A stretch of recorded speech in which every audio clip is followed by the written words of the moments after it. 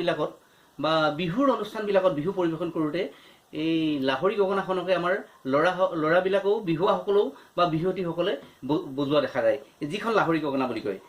এইখন লাহৰি গগনা, এইখন বিহু গীততো আছে।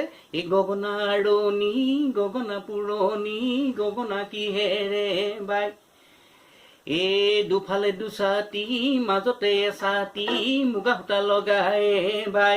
এইখন মুগা সূতা লগাই বাই, এইখন ৰামধন গগনা।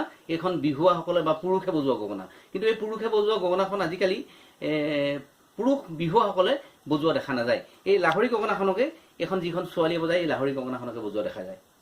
এইখন লাহৰি গগনা। এইখন বিহু গীতত গায়, আগলি বাঁহৰে লাহৰি গগনা, আগৰি বাঁহৰে লাহৰি গগনা, উশাহৰ টিপতে বা এইখন লাহৰি গগনা।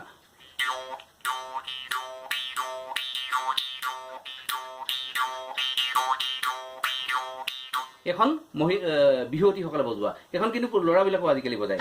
এইখন হ'ল ৰামধন গগনা।